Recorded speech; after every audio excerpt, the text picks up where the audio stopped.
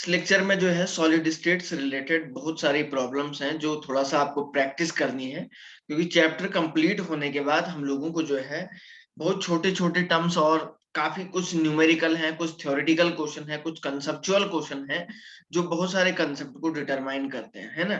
तो हमें क्या करना है कि तो कुछ कुछ प्रॉब्लम्स यहाँ पे सॉल्व करना है। बेसिक से प्रॉब्लम है, कुछ भी नहीं है इनमें, ठीक है ना। तो आइए जानते हैं यहाँ पे। तो देखिए ये क्वेश्चन नंबर 1 पे आप देख रहे हैं, ये फिल इन द ब्लैंक वाले क्वेश्चन है, कुछ ज्यादा स्पेशल तो है नहीं ये, ठीक है ना। तो हम मेन जो क्वेश्चन है यहाँ से स्टार्ट करते हैं, क्वेश्चन नंबर 13 से, ठीक है। तो उम्मीद करता हूँ कि आप लोगों के पास कॉपी और पेन दोनों रखे हुए होंगे अपने अपने पास में। आइए पढ़ते हैं गाइस। क्वेश्चन नंबर 13 में आप देखिए यहाँ पे लिखा हुआ है, the major binding force of attraction, force of diamond. Diamond में जो फोर्स ऑफ अट्रैक्शन है वो इसमें पूछा गया है कि मेजर कौन सा वाला है। तो सर आप लोग जानते हैं, मैंने आपको बताया था बच्चों, जैसे कि डायमंड एक कोवैलेंट कंपाउंड है। डायमंड मैंने आपको बताया था एक कोवैलेंट कंपाउंड है, और इस कोवैलेंट कंपाउंड में जो मेजर फोर्स ऑफ अट्रैक्शन होता है, जो measure of force of attraction होगा, तो जाहिर सी बात है कि सर वो जो मेजर फोर्स ऑफ अट्रैक्शन होगा वो कोवैलेंट टाइप का ही होगा। बात समझ में आ रही है सभी को? बताया था ना मैंने।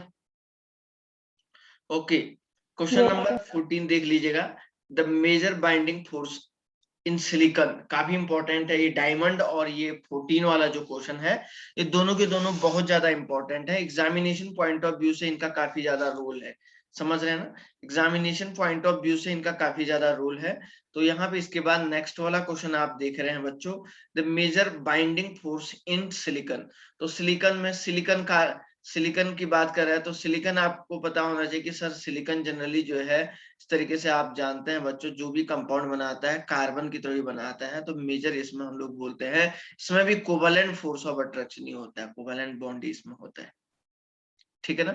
ओके, नेक्स्ट क्वेश्चन देखिए, क्वेश्चन नंबर 15 देखिए, the most crystal show good cleavage because their atoms ion और मॉलिक्यूल आर, ठीक है ना। इसमें ये बोला गया है कि बहुत सारे जो क्रिस्टल हैं गुड क्लीवेज, एक अच्छा क्लीवेज इन क्रिस्टल में होता है, ठीक है ना। और तो क्रिस्टल में अच्छा क्लीवेज होता है because their atom ion and molecule are weakly bonded, strongly bonded, spherically symmetrical and arranged in plane. मतलब बहुत सारे क्रिस्टल हैं, वो एक अच्छा क्लीवेज दिखा रहे हैं। तो आप देखिए क्लीवेज दिखा रहे हैं, तो मतलब मान के चलिए इस तरीके से जो है ये पार्टिकल है, पार्टिकल का जो अरेंजमेंट है वो कुछ ऐसा होगा, ये इस तरीके से बना हुआ है, आप देख रहे हैं, ठीक है ना।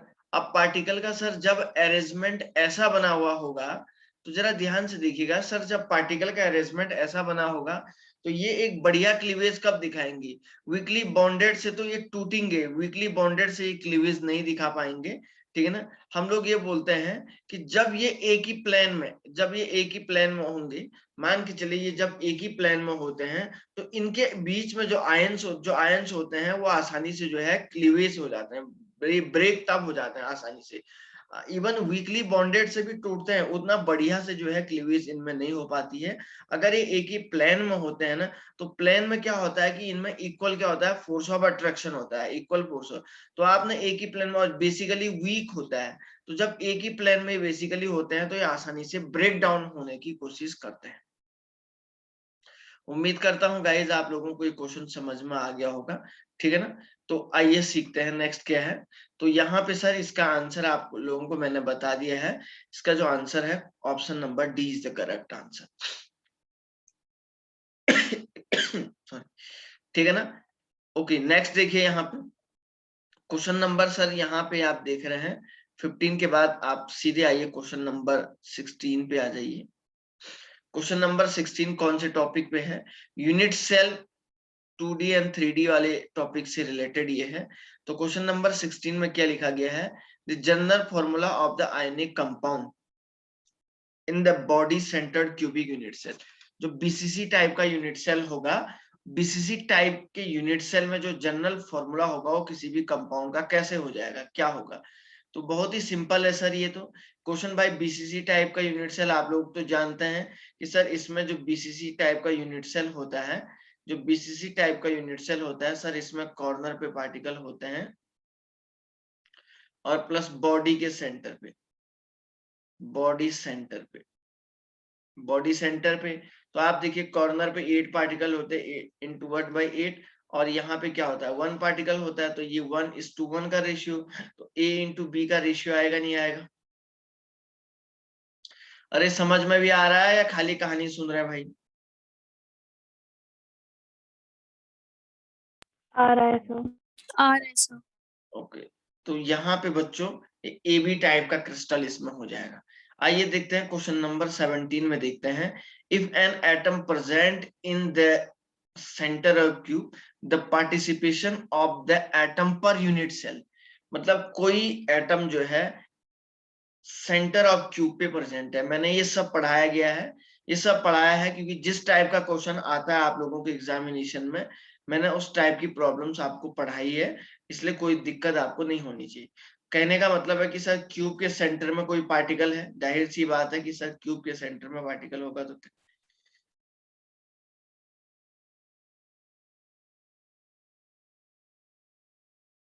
ओके।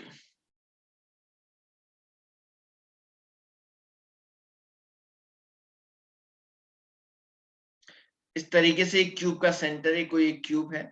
अब इस क्यूब के सेंटर में सर आप कह रहे हैं कि पार्टिकल है, तो क्यूब के सेंटर में जो पार्टिकल होगा बच्चों उसका क्या कंट्रीब्यूशन होगा? तो बीच सेंटर में जो पार्टिकल होगा उसका कंट्रीब्यूशन क्यूब के अंदर ही पूरा होगा, जाहिर सी बात है।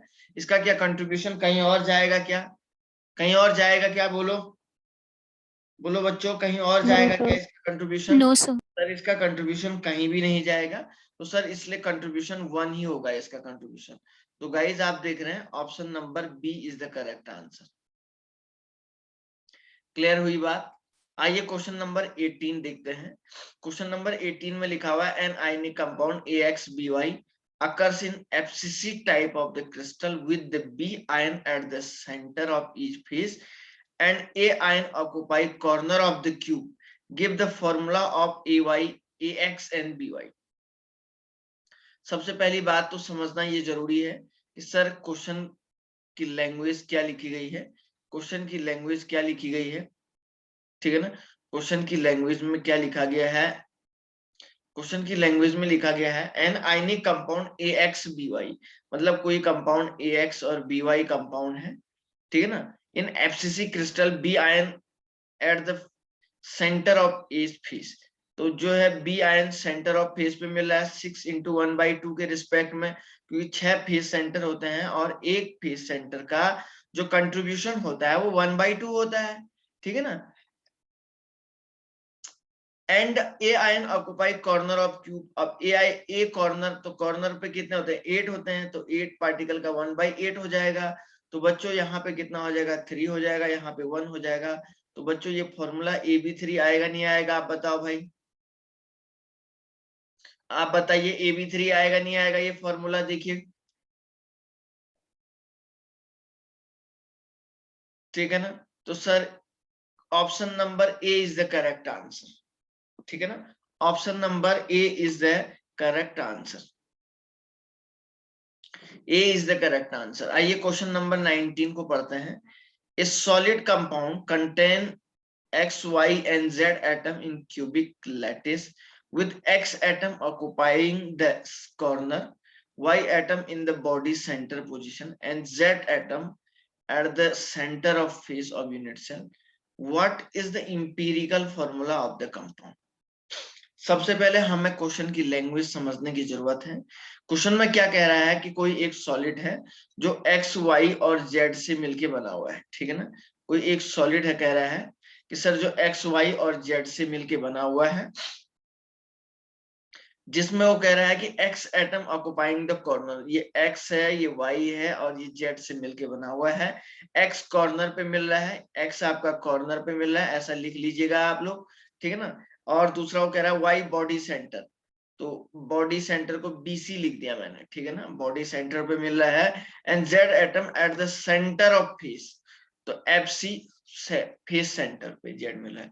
तो सर कॉर्नर पे 8:1/8 बहुत बेसिक टाइप के, मतलब मेंस लेवल का, मेंस में इससे ज्यादा नहीं आएगा, मेडिकल और दोनों का इक्वल है। और उसके बाद बॉडी सेंटर पे पार्टिकल का कंट्रीब्यूशन 1:1/1 इंटू 1 होता है, और 6 इंटू आप देख रहे हैं बच्चों 1/3, 6 फेस होते हैं। एक फेस सेंटर का जो कंट्रीब्यूशन होता है 1/2 होता है ना। तो सर ये 1 हो गया, ये भी 1 हो गया, और सर ये आपका हो रहा है 3 हो जाएगा। तो आप देख रहे हैं XYZ3, ये इसमें करेक्ट आंसर आ रहा है। तो आप देख सकते हैं बच्चों कि कौन सा ऑप्शन आपके अकॉर्डिंग सही है, ठीक है ना, कौन सा ऑप्शन आपके अकॉर्डिंग सही है। Option number B is the correct answer. Option number B is the correct answer. किसी को कोई डाउट तो नहीं है ना इस समय में? ओके, 19 के बाद सर आइए 20, क्वेश्चन नंबर 20 में पढ़ते हैं। 19 के बाद हम लोग बच्चों, ठीक है ना, क्वेश्चन नंबर 20 में आते हैं। In a face centred cubic, question number 20 में, in a face centred cubic lattice atom A occupies the corner position and B occupies the face center position except one face। समझ रहे हैं क्या लिखा हुआ है क्वेश्चन में? ये लिखा हुआ है बच्चों कि वो कह रहा है कि कोई एफसीसी टाइप का यूनिट सेल है, और उसमें ए ऑक्युपाई, ए आपका कहाँ मिल रहा है, ए यहाँ पे लिख लीजिएगा कॉर्नर पे मिल रहा है ना, and B occupy face centre except one face, एक फेस को छोड़ के बाकी सारे फेस पे ही मिल रहा है। 5 इंटू 6 फेस होते हैं हमारे पास, 6 में से एक फेस को कम कर दो, टोटल कितने फेस बचे? 5 फेस बचे। तो एक्सेप्ट एक फेस के अलावा आप देख रहे हैं, ठीक है ना, तो एक्सेप्ट वन फेस के अलावा आप देख रहे हैं बी उसमें मिल रहा है, बाकी जितने बचे हुए हैं। तो सर 5 एक फेस का कंट्रीब्यूशन कितना होता है? 1/2 होता है, ये फेस के लिए है यहाँ पे। तो सर इसका कितना हो जाएगा? कॉर्नर का 1/8 हो जाएगा। तो सर ये यहाँ पे 1 हो जाएगा, और तो सर ये 5/2 हो जाएगा। तो बच्चों ये देखिए, तो ये 2 इंटू 5 होगा, 2 और 5 हो जाएगा। तो बच्चों आप देखो A2B5 आएगा नहीं आएगा, इसका फॉर्मूला बताओ। किसी को अगर किसी बात में अगर दिक्कत है वो पूछ सकता है रोक के, सर इसको एक बार और समझाइएगा, हम एक बार और समझना चाहते हैं, तो मैं उसको बढ़िया से समझा दूंगा, पूछ लीजिएगा बच्चों।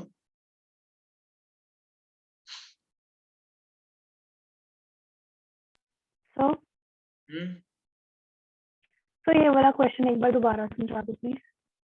ओके, क्वेश्चन में क्या लिखा है देख, in a face centred cubic lattice atom A occupies the corner position and B occupies the face centre position except one face. वो कह रहा है कि सर ए कॉर्नर पे पाया जा रहा है, बी फेस सेंटर पे पाया जा रहा है, लेकिन फेस सेंटर पे एक्सेप्ट वन फेस, एक फेस के अलावा बाकी सारे फेस पे वो पाया जा रहा है, एक्सेप्ट वन फेस लिखा है। तो टोटल सर किसी भी यूनिट सेल में 6 फेस होते हैं। 6 फेस में आप जानती हो कि सर एक फेस को अगर आप कम कर दोगी तो टोटल आपके पास 5 ही फेस बचेंगे। तो 5 इंटू 1/2 हुआ नहीं हुआ, 1/2 एक फेस का कंट्रीब्यूशन होता है, 1/2 एक फेस का कंट्रीब्यूशन होता है। कॉर्नर पे 8 पार्टिकल होते हैं सर, 8 इंटू 1/8, 8 पार्टिकल का मतलब आप देख रहे हैं 1/8 पर पार्टिकल का कंट्रीब्यूशन है।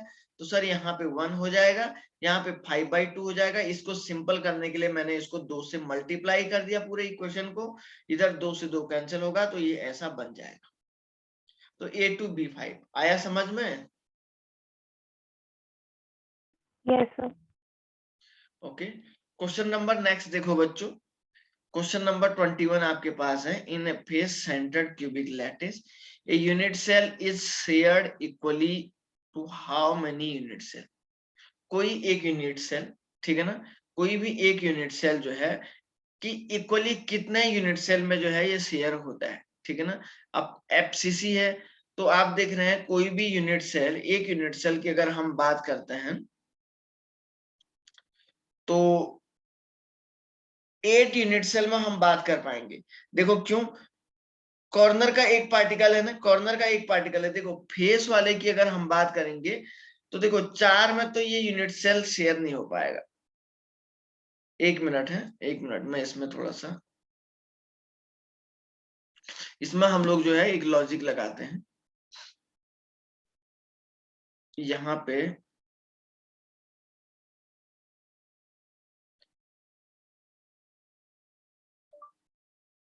यहाँ पे हमारे पास एक ये यूनिट सेल है और सर ये यूनिट सेल का अगर मैं 1 2 6 फेस, ठीक है ना,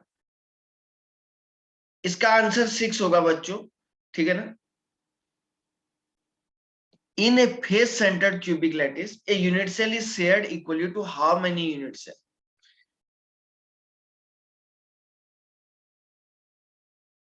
देखिए मैं आपको समझाता हूं ऐसा किस बेस पे कह रहा है। देखिए मैं आपको यहाँ पे समझा देता हूं। कोई यूनिट सेल कितने यूनिट सेल में शेयर होगा भाई? किसी, अगर आप जरा ध्यान से सोचिए, किसी लैटिस सेल के अंदर ये है, ये कह रहा है किसी भी, मतलब वो कह रहा है कोई फेस सेंटर्ड क्यूबिक लैटिस है, लैटिस सेल के अंदर एक यूनिट सेल कितने पार्ट में जो है क्या होता है, शेयर होता है। तो आप मुझे बताओ, अब ये बीच में है, अब इसके चारों तरफ लैटिस सेल है, मान के चलो पूरा चारों तरफ लैटिस सेल है, तो एक इधर पीछे से होगा, एक इधर से होगा, एक इधर से होगा, नीचे से होगा, आगे साइड से होगा, इधर साइड, तो टोटल 6 साइड से शेयर होगा नहीं होगा, ये बताओ। समझ में आया क्या सभी को? Yes sir. ठीक है ना, किसी को डाउट तो नहीं है ना इस बात से? तो एक यूनिट सेल, मैंने आपको बताया कि 6 इसमें पार्टिसिपेट मतलब शेयर हो गए, ठीक है ना। तो बच्चों इसका जो आंसर हो जाएगा, option number D is the correct answer आ जाएगा इसमें, ठीक है ना। Option number D is the, यहाँ पे क्या आ जाएगा, करेक्ट आंसर। ये आपका एक टेस्ट टाइप का है, एक्चुअली ये टेस्ट था, तो टेस्ट तो वैसे भी आप क्या करेंगे, तो हमने जो है एक पेपर ही आपको जो है बना के दे दिया, ऐसा ही टेस्ट का ही पेपर था इस तरीके से।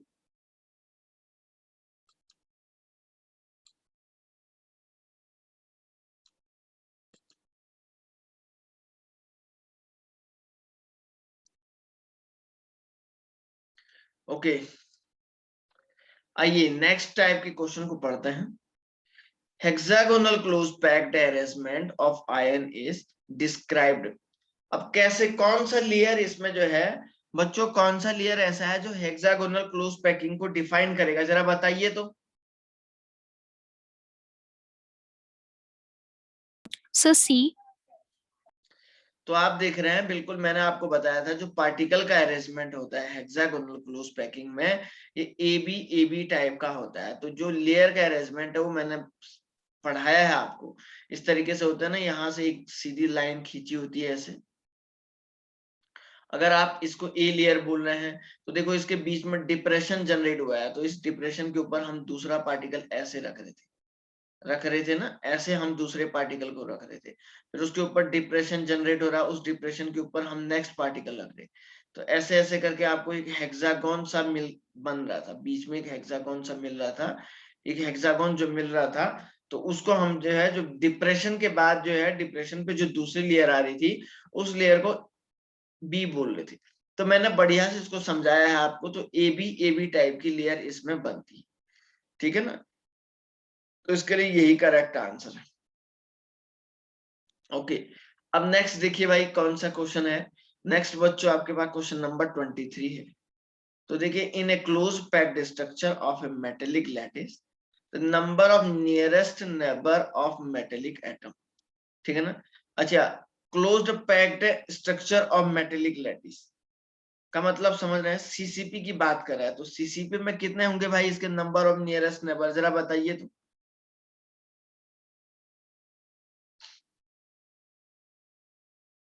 इन a closed sir packed 12। Metallic lattice the number of nearest neighbor of metallic atom is। तो सीसीपी की बात कर रहा है, तो सीसीपी में तो बच्चों मैंने आपको बताया था इसका कोऑर्डिनेशन नंबर ही आपका 12 होता है, ठीक है ना। एक्चुअली इसने थोड़ा सा एक मिस्टेक क्या की है, क्या होता है ना, जैसे कॉपर के स्ट्रक्चर होता है, कॉपर का जो स्ट्रक्चर होता है ना, वो होता है बीसीसी टाइप का। जैसे कॉपर का स्ट्रक्चर होता है बीसीसी टाइप का, और किसी का अलग किसी का अलग होता है। तो अब एक्चुअली इसने कुछ दिया तो नहीं है भाई, ऐसा तो नहीं दिया है, तो क्लोज्ड पैक्ड स्ट्रक्चर लिखा हुआ है, तो हम इसलिए इसमें 12 ही मान के चलेंगे आंसर, ठीक है ना। क्योंकि पर्टिकुलर किसी एटम का नाम नहीं लिखा हुआ है उसने, किसी मेटल का नाम लिखता तो मेटल का स्ट्रक्चर थोड़ा सा दूसरा होता है ना, तो दूसरा होता है, इसलिए इसलिए थोड़ा सा गड़बड़ हो जाता है हमारा आंसर, लेकिन फिलहाल इसमें यही आंसर होगा। बात समझ में आई क्या? देखिए क्वेश्चन नंबर 24 देखिएगा, the number of atom in HCP unit cell is, the number of atom in HCP unit cell is, ठीक है ना। तो number of atom HCP unit cell में कितना हो जाएगा सर यहाँ पे 6, ठीक है ना। नंबर ऑफ एटम पूछ रहा है, समझ रहे हैं ना, Z effective, number of atom HCP unit cell. 1 minute है, कोऑर्डिनेशन नंबर इसका 12 हो रहा है, 6 एटम हो जाएगा इसका, ठीक है ना। इसका जेड इफेक्टिव 6 बताया था ना मैंने, तो इसका ये वाला आंसर आपका करेक्ट आ जाएगा बच्चों।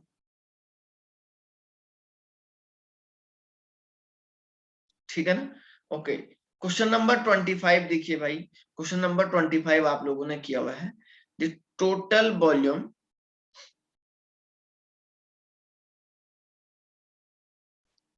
the total volume of atom present in FCC centered cubic unit cell of metal is, R is the atomic radius। आप लोगों को टोटल वॉल्यूम पूछ रहा है भाई किसी FCC लैटिस का, तो टोटल वॉल्यूम कितना होगा कुछ पता है क्या?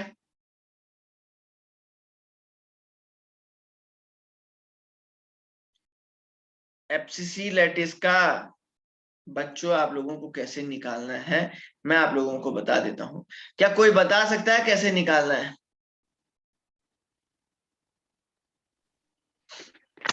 सर कंट्रीब्यूशन देख लेंगे ना, जेड इफेक्टिव इनटू वॉल्यूम कर लेंगे। टोटल वॉल्यूम ऐसे निकालेंगे, टोटल वॉल्यूम, तो हमको पहले क्या करना पड़ेगा, जेड इफेक्टिव निकालना पड़ेगा, Z effective into Z into 4/3 pi r cube, क्योंकि उसके अंदर पार्टिकल चेक करने पड़ेंगे ना, टोटल नंबर ऑफ पार्टिकल। तो जेड का मतलब कितना हो जाएगा सर, कॉर्नर के पार्टिकल हो जाएंगे प्लस फेस के सेंटर के पार्टिकल हो जाएंगे, तो जेड इफेक्टिव इसके लिए 4 होता है। डायरेक्टली मैंने आपको बताया है इसलिए मैं सीधे लिख रहा हूँ, तो 4 इंटू 4/3 पाई आर क्यूब हो जाएगा, ठीक है ना। तो ये आपका 16/3 पाई आर क्यूब आ जाएगा, तो टोटल वॉल्यूम इतना आ जाएगा। आ गया समझ में सभी को? किसी को कुछ पूछना है इसमें तो पूछ सकता है, Yes, बताइए yes, sir. जल्द। चलिए इसको मैं हटा रहा हूं यहां से। अब देखिए, तो क्वेश्चन नंबर, ऑप्शन नंबर आपको बता देता हूं बच्चों कौन सा सही था इसका।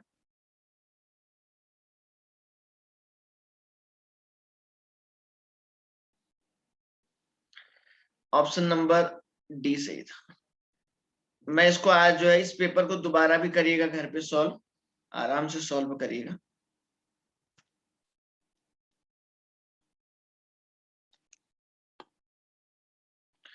ठीक है ना, आइए क्वेश्चन नंबर नेक्स्ट पढ़ते हैं। The empty space in HCP unit cell is, empty space कितना होगा HCP यूनिट सेल में, बताइए भाई। पहले सर हमको इसका पैकिंग फ्रैक्शन निकालना पड़ेगा, तो पैकिंग फ्रैक्शन कितना होता है मैं यहाँ पे साइड पे लिख रहा हूँ, साइड पे लिखने का कोई फायदा नहीं है। पैकिंग फ्रैक्शन बच्चों इसका होता है, पैकिंग फ्रैक्शन इसका होता है 74% होता है। तो एम्प्टी स्पेस कितना हो जाएगा 100 माइनस 74, मतलब पैकिंग मतलब कितना भरा हुआ वो होता है, जितना ज्यादा भरा हुआ होगा उतना ज्यादा क्या हो जाएगा इसका पैकिंग फ्रैक्शन हो जाएगा, है ना।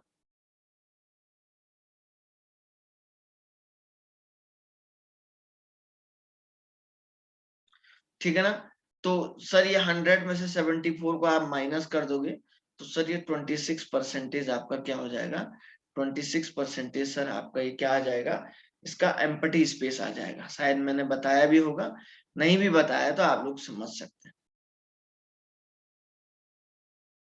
समझ में आ रही क्या बात?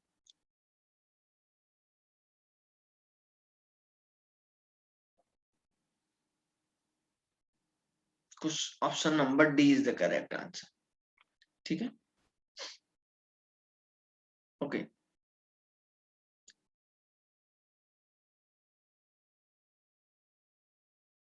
the total number of voids in 0.5 mole of compound forming hexagonal close packed structure are. Question में ये पूछा गया है कि जो टोटल नंबर ऑफ वॉइड्स हैं इन 0.5, ठीक है ना, 0.5 moles of compound forming hexagonal close packing. Hexagonal close packing में जो आपको ये पूछा गया है बच्चों कि जो टोटल नंबर ऑफ वॉइड्स हैं वो टोटल कितने हो जाएंगे, ठीक है ना। अब देखिए हमें जो है सबसे पहले हमको निकालना पड़ेगा हेक्सागोनल क्लोज पैकिंग का जेड इफेक्टिव कितना होता है।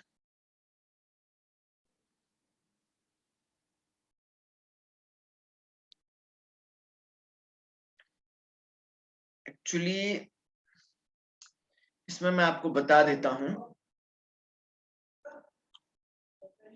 इसको आप कैसे निकालो बच्चों, आप इसको ऐसे निकालो, सॉरी, आप इस क्वेश्चन को ऐसे निकालिए n is equal to n upon Avogadro's number, और तो यहां से आपका n की वैल्यू निकल जाएगी जो भी आएगी, तो उसके बाद नंबर ऑफ वॉइड्स आपको फिर नंबर ऑफ वॉइड्स आपको निकालने के लिए n अपॉन जेड इफेक्टिव से यूज करो, तो इस फॉर्मूले को, इससे निकल जाएगा वॉइड्स का नंबर। निकालिए तो n की वैल्यू 0.5 है,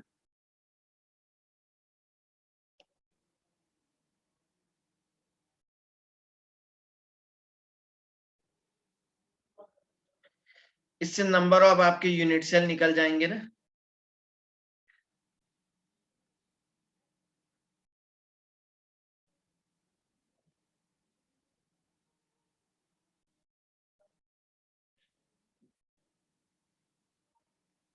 टोटल नंबर ऑफ वॉइड्स निकालना है ना, पहले आपको क्या करना है, नंबर ऑफ यूनिट सेल निकालना है। नंबर ऑफ यूनिट सेल निकाल के दिखाइए, देखिए तो नंबर ऑफ यूनिट सेल अगर आपके निकल जाएंगे तो फिर आपको जो है आसानी से निकल जाएगा। देखिए मैं आपको बता देता हूं, टोटल नंबर ऑफ वॉइड्स निकालने के लिए हमारे पास फॉर्मूला होता है, total number of voids is equal to होता है, टोटल नंबर ऑफ वॉइड्स निकालने के लिए हमारे पास फॉर्मूला होता है कि number of unit cell into number of voids in crystal. किसी भी यूनिट सेल में आपको पहले नंबर ऑफ वॉइड्स निकालने के लिए, टोटल नंबर ऑफ वॉइड्स निकालने के लिए ये फॉर्मूला यूज करें। पहले आपको नंबर ऑफ यूनिट सेल निकालना पड़ता है और उसके बाद नंबर ऑफ वॉइड्स निकालने पड़ते हैं। तो बच्चों नंबर ऑफ यूनिट सेल इससे निकल जाएगा, ये फॉर्मूला मैंने बताया था ना आपको, बोलो भाई, 0.5 इंटू 6.02 इंटू 10⁻23, यही हो जाएगा, इजिकल टू n की वैल्यू यहां से निकल जाएगी। बोलो भाई निकलेगी नहीं निकलेगी, n इजिकल टू यहां से ये इतना निकल जाएगा, मैं यहाँ पे लिख रहा हूँ इसको, ठीक है ना। n, तो आपको नंबर ऑफ यूनिट सेल निकालना, number of unit cell is equal to क्या हो जाएगा, number of unit cell n, ये हो गया ना, n की वैल्यू ये निकल गई, तो क्या आया sir 0.6 into sorry 0.5 into 6.022 into 10⁻23 divide, अगर आप इसको काय से करोगे, जेड से, जेड कितना आता है इसका 6, इसका जेड कितना आएगा 6 आ जाएगा। अच्छा ये वैल्यू देखो भाई, कैलकुलेट करके देखो ये कितना आ रहा है, ठीक है ना। अब ये निकल गया तो ये नंबर ऑफ यूनिट सेल निकल गई।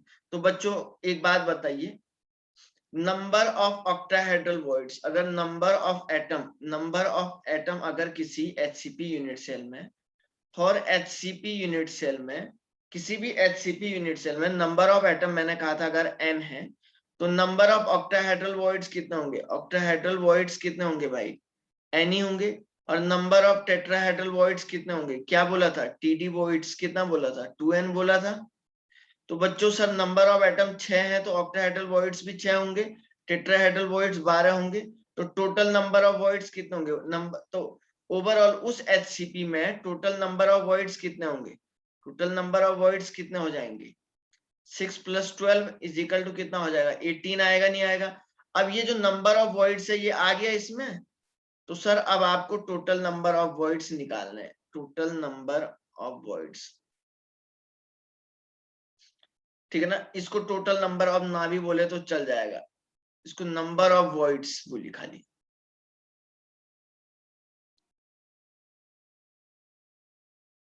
नंबर ऑफ वॉइड्स, कौन से वॉइड्स कह रहे हैं हम? ऑक्टाहेड्रल प्लस टेट्राहेड्रल की बात कर रहे हैं। यहाँ पे समझ में आ रहा है क्या? यहाँ पे स्पेस थोड़ा सा कम है, तो तब थोड़ा तो ओवरऑल 18 हो गए, तो 18 इंटू ये कितना है number of unit cell? Anya Singh निकाला क्या?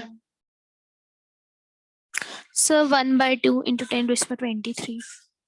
इंटू 10⁻23। तो ओवरऑल यहाँ पे कितना आ रहा है? 9.1/2 तो नहीं, 9 पॉइंट समथिंग आना चाहिए, 9.03। ये वाला ऑप्शन मैच करेगा बिल्कुल।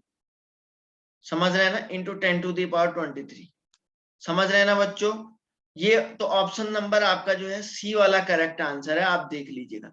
किसी को अगर ये क्वेश्चन समझ में नहीं आया है वो मुझे दोबारा पूछ लीजिएगा, कोई भी दिक्कत हमारी तरफ से नहीं है किसी को भी। समझ में आ गया है ना? Yes sir. और सारे बच्चों को समझ में आ गया बेटा? अगर किसी को पूछना है पूछ लीजिएगा, मैं एक बार फिर भी और समझा देता हूं। बच्चों उसने कहा था टोटल नंबर ऑफ वॉइड्स, आपको ये फॉर्मूला तो पता है ना? ये फॉर्मूला तो आप जानते हो, यहाँ से 0.5 मोल में टोटल नंबर ऑफ वॉइड्स निकालने थे। तो सर उस एचसीपी यूनिट सेल के लिए, एचसीपी यूनिट सेल में आप मुझे एक बात बताओ बच्चों, है ऑक्टाहेड्रल और टेट्राहेड्रल दोनों टाइप के वॉइड्स होंगे। तो जब सर किसी नंबर में, मैंने आपको बताया था, अगर किसी एटम में नंबर ऑफ एटम अगर n है तो ऑक्टाहेड्रल वॉइड्स n ही होता है, टेट्राहेड्रल उसका दुगना होता है। पेज में थोड़ा सा जगह नहीं है यहाँ पे, तो इसलिए थोड़ा सा ऐसे कंजेस्टेड करके लिखा गया है। तो नंबर ऑफ एटम तो 6 है, तो ऑक्टाहेड्रल भी 6 होगा, टेट्राहेड्रल 12 होगा। तो टोटल नंबर ऑफ वॉइड्स इसमें 18 हो गया ऑक्टाहेड्रल और टेट्राहेड्रल। अब टोटल नंबर ऑफ एटम निकालना है, टोटल नंबर ऑफ एटम निकालना है या टोटल नंबर ऑफ वॉइड्स निकालना है, तो जाहिर सी बात है सर हमें कहीं ना कहीं मोल एवोगैड्रोस नंबर को इधर उधर से घुमाना ही पड़ेगा, घुमाना पड़ेगा ना। तो अब वो जो, अब आपको एक बात बता देता हूँ, hexagonal play close packing structure में total number of unit cell कितने हैं? अब नंबर ऑफ यूनिट सेल को वॉइड से मल्टीप्लाई करेंगे तो तभी तो आपका जो है क्या आएगा, तभी तो बच्चों आपका क्या आ जाएगा? टोटल नंबर ऑफ वॉइड्स आ जाएगा। अब आपको पहले टोटल कितने यूनिट सेल हैं, अब उस यूनिट सेल को 18 से मल्टीप्लाई करोगे, क्योंकि पर यूनिट सेल में आपके पास 18 वॉइड्स होंगे, है ना? तो तभी तो टोटल नंबर ऑफ जितने यूनिट सेल होंगे उसको आपको पहले 18 से मल्टीप्लाई करना पड़ेगा, तभी तो बच्चों आपके पास ये आंसर निकल जाएगा। आया नहीं आया समझ में? पूछो भाई, आप सबको समझ में आता है क्या? बताइए, नहीं तो हम लोग नेक्स्ट क्वेश्चन की तरफ चलते हैं। ओके, क्वेश्चन नंबर 28 देखिए। Vacant space in 2 dimensional close packing is called.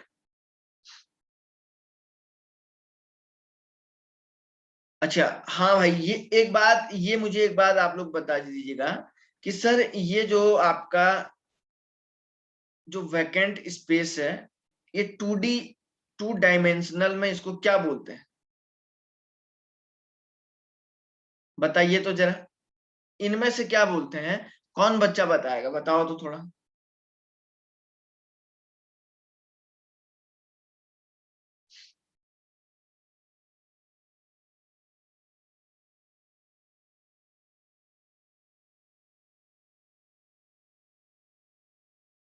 बताइए। Sir, triangular voids.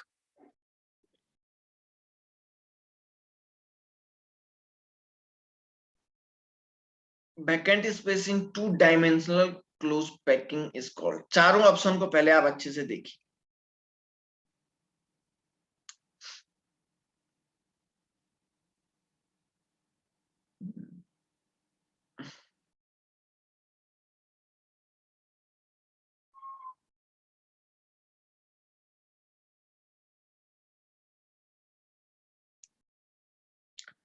Triangular void जो होता है ना वो एक्चुअली क्लोज पैकिंग में नहीं आता है।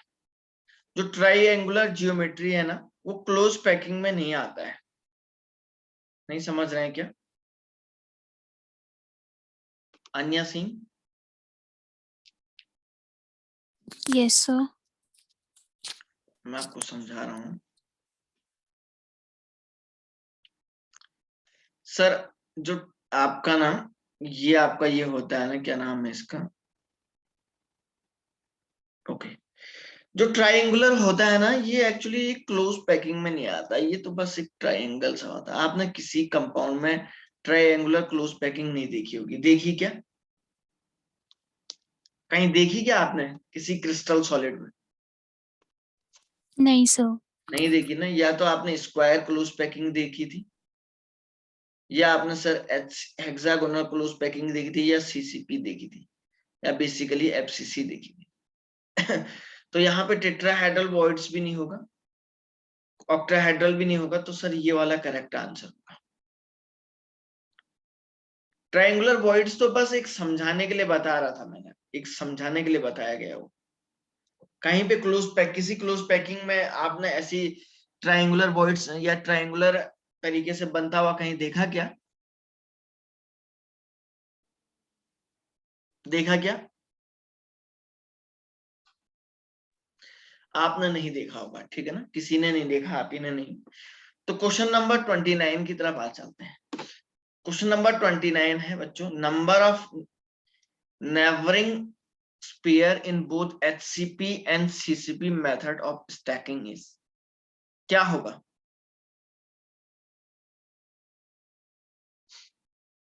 नंबर ऑफ नियरेस्ट निकालना है। Number of nearest spear in both HCP and CCP method of stalking is 12 होगा इसका आंसर, ठीक है ना। नंबर ऑफ नियरेस्ट आपको पूछ रहा है, नियरेस्ट नेबर्स, ठीक है ना, इसके लिए पूछ रहा है। तो आप जान सकते हैं कि सर एचसीपी और सीसीपी में तो कोऑर्डिनेशन नंबर ही 12 होता है।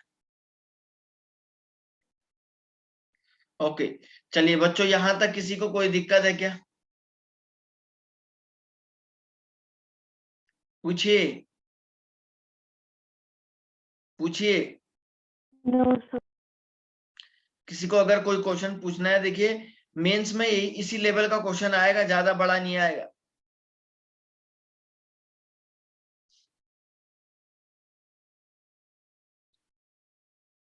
ठीक है ना।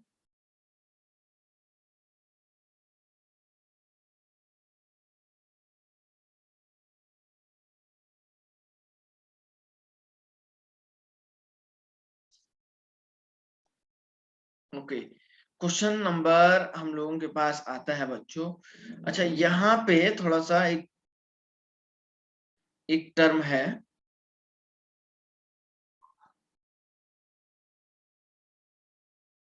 बेरिलियम क्रिस्टलाइजेस इन।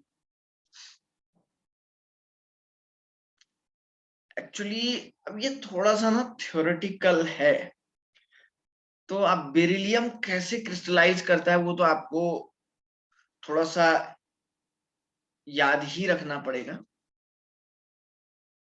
तो सर ये बेरिलियम एक हार्ड मेटल होता है। तो बेसिकली सर ये थोड़ा सा याद ही रखना पड़ेगा आपको, थोड़ा सा, ज्यादा इंपॉर्टेंट तो नहीं है क्वेश्चन भी। तो ये एचसीपी स्ट्रक्चर में क्रिस्टलाइज करता है। एचसीपी स्ट्रक्चर में बच्चों ये क्रिस्टलाइज करता है। देख लीजिएगा, किसी को अगर कोई डाउट है तो पूछ लीजिएगा।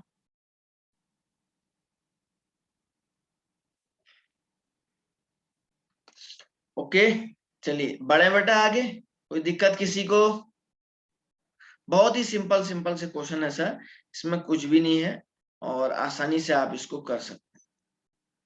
नेक्स्ट क्वेश्चन देखिए, the packing efficiency for a body centred cubic structure is.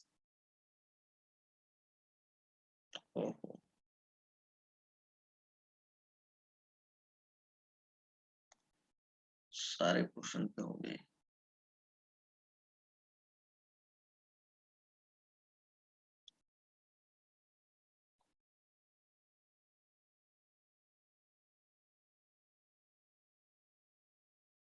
ठीक है ना। The packing efficiency for body centred cubic structure is, body centre cubic structure में जो पैकिंग एफिशिएंसी होती है बच्चों, वो किस पे हो, मतलब कितना होता है बीसीसी का, वो आपसे पूछ रहा है।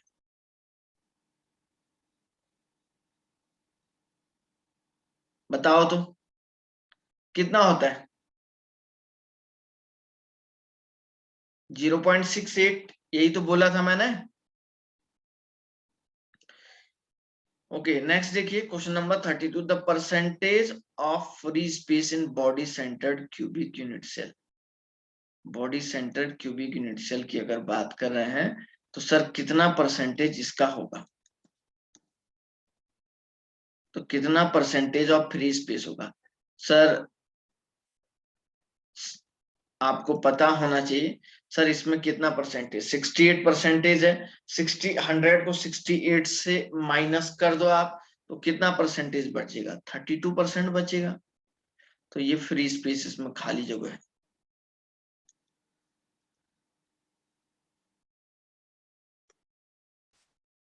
ठीक है ना। चलिए और किसी को कोई डाउट तो नहीं है ना इसमें? ओके बच्चों नेक्स्ट क्वेश्चन है, if Z is the number of atom in unit cell that represent the closest packing sequence, ठीक है ना। if Z is there,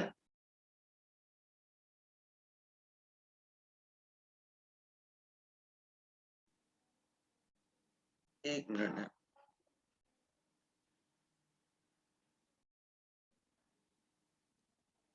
if Z is the number of atom in unit cell that represent the closest packing sequence in ABC, ABC, ABC, the number of tetrahedral voids in unit cell is equal to, बताओ भाई क्या होगा answer?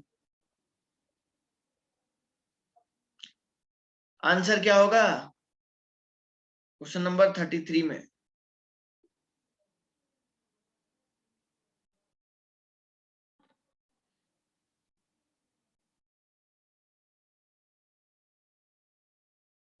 क्या answer होगा?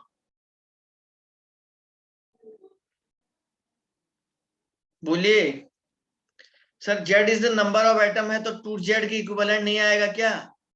इतने भी मूर्ख बच्चे क्या हो भाई? 2Z के इक्विवेलेंट आएगा।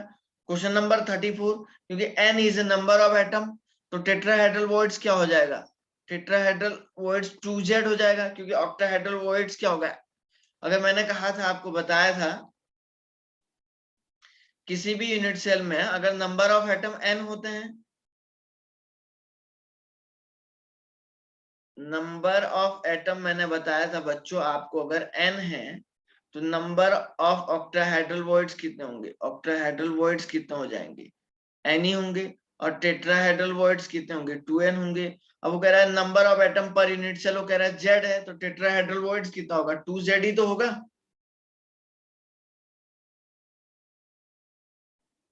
अब देख लो भाई, इतना बेसिक से क्वेश्चन अगर आप नहीं करोगे ना, क्या बोलूं मैं,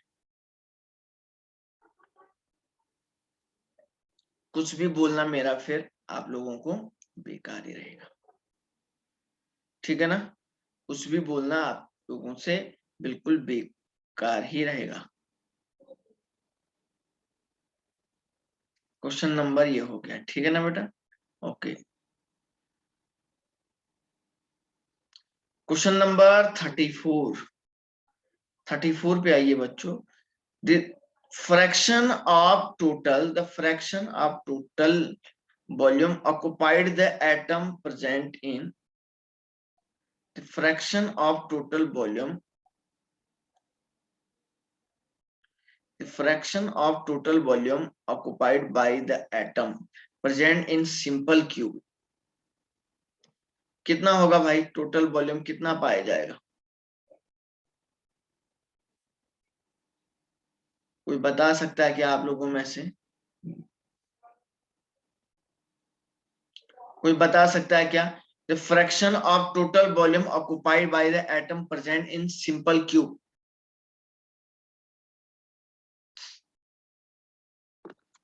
So pi by 6. of total volume occupied by the atom present in simple cube. क्या बोल रही है? Pi by 6. Pi by 6 SCC total volume आ जाएगा ना। हाँ, total volume upon total volume कोई हम लोग एक बात है पैकिंग फ्रैक्शन ही बोल रहे हैं, ठीक है ना? समझ में आ रही बात? आन्या सिंह कुछ आ रहा भेजे में बेटा आपका? Yes, sir. और बच्चों को आगे नहीं समझ में कैसे किया हमने? पाई बाई 6 कैसे आया करेक्ट आंसर? अरे फ्रैक्शन ऑफ वॉल्यूम का मतलब होता है packing fraction. Fraction of volume का मतलब होता है बच्चों, अगर आप फ्रैक्शन ऑफ वॉल्यूम बोलेंगे ना,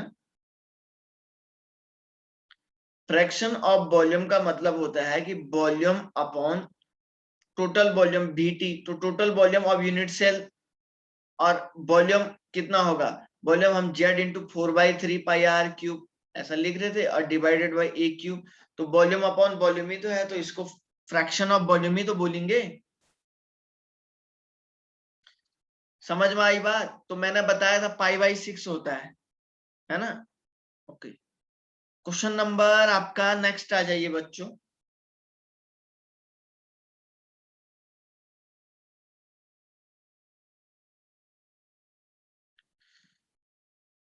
डेंसिटी ऑफ यूनिट सेल,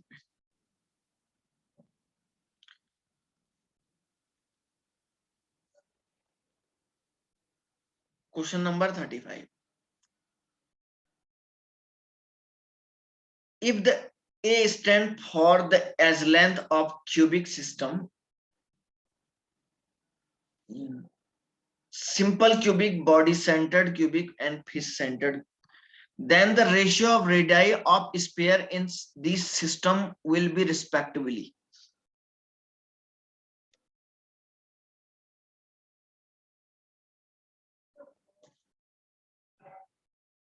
करिए तो थोड़ा इसको।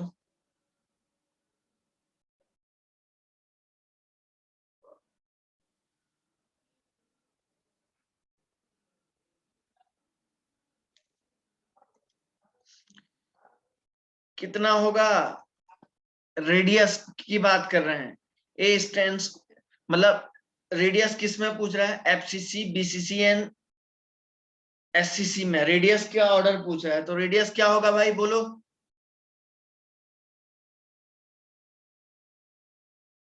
बोलो रे सर। SCC के लिए रेडियस क्या होता है? R इज इक्वल टू होता है बच्चों वही 1/2 या A/2,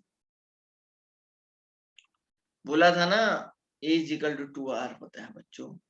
BCC के लिए कितना होता है? यहां से BCC √3A is equal to 4R, तो R इज इक्वल टू क्या हो जाएगा?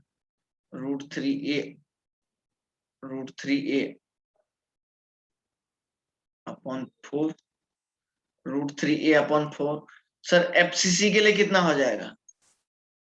√2A is equal to 4R, तो sir R is equal to कितना हो जाएगा बच्चों? √2A अपॉन आपका कितना आ जाएगा? ये √2A अपॉन 4 आ जाएगा। आएगा नहीं आएगा बोलो?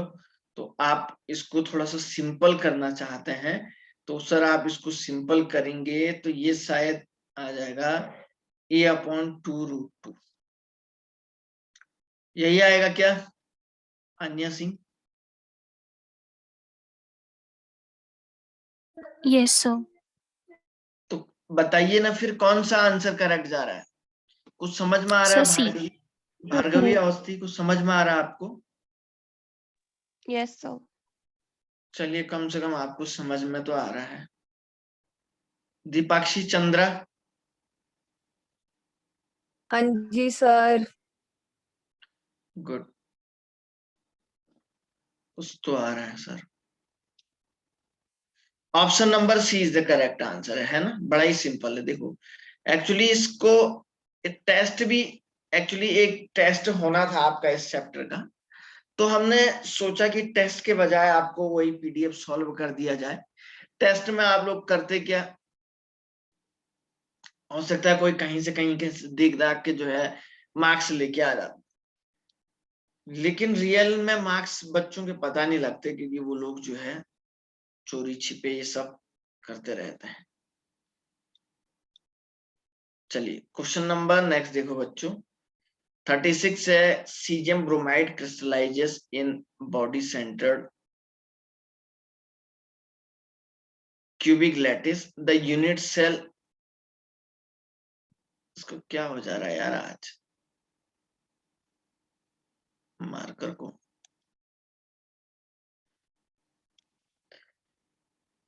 Cesium bromide crystallizes in the body centered cubic lattice. The unit cell length is 436.6 picometer. That given that the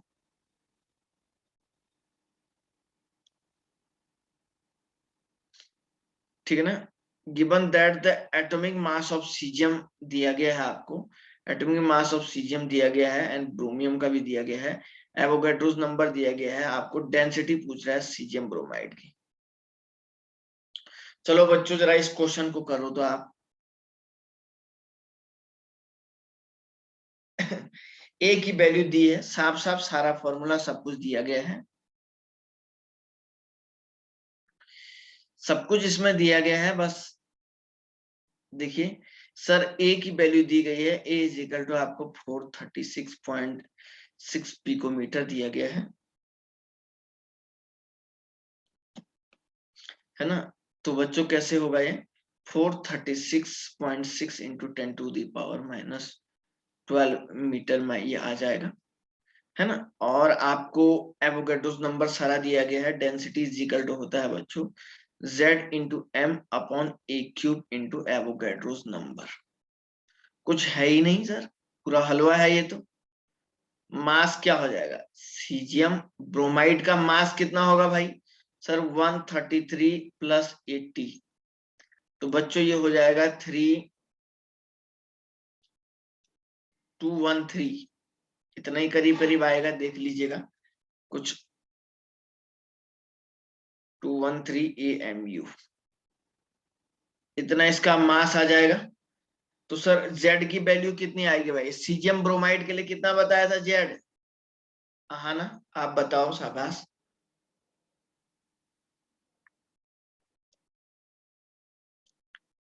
आप बताओ हाँ ना, क्या 200। यार देखो ये हालत,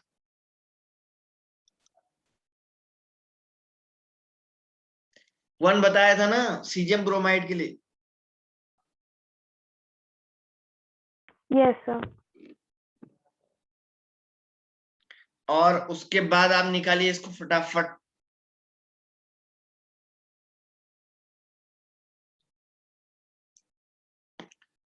दीपांशी चंद्रा कुछ करो।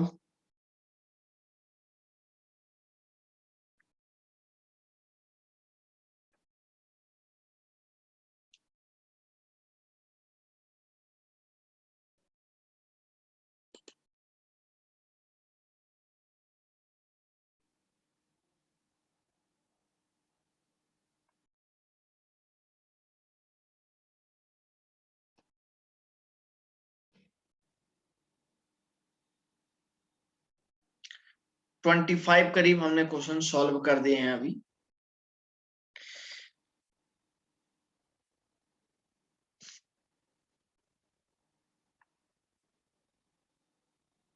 निकाल लोगे क्या,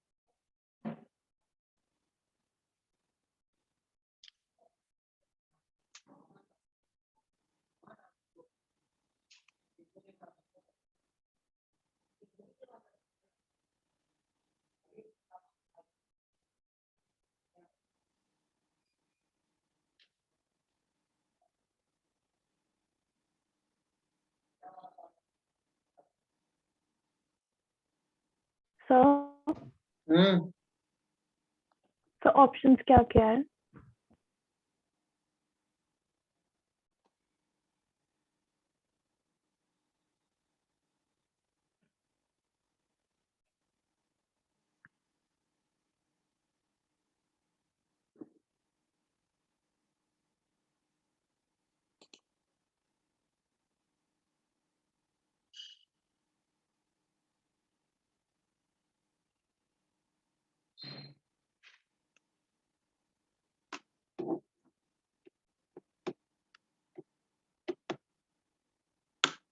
हो गया?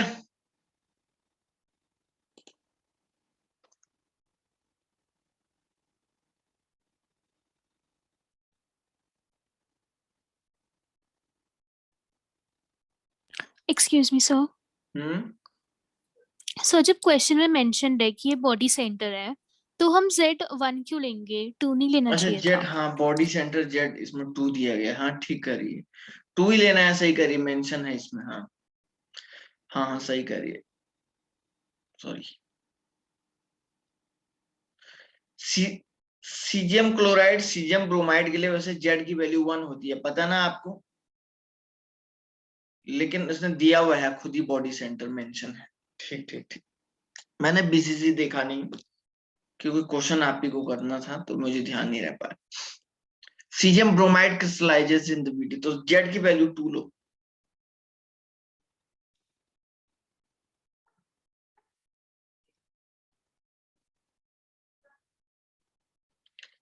जेड की वैल्यू 2 लीजिएगा। आना कितना आया बेटा अब आपका आंसर? तो पहले तो कुछ और आ रहा था, बट अब 8.25 आ रहा है। सही है ये आंसर, मुझे आप पे पूरा भरोसा है, आप सही करोगे। ठीक है ना? यही आ रहा आंसर बाकी लोगों का? Deepanshi, yes sir. Bhargavi, Yes, sir. Formality पूरा कर रही हो क्या? नहीं sir. गुड। बच्चों इसको सॉल्व करिएगा, इसका स्क्रीनशॉट ले लीजिएगा, यहां से इसका स्क्रीनशॉट ले लीजिएगा। 37 से लेके 42 43 तक सॉल्व करना है आपको। स्क्रीनशॉट ले लिया 37 से?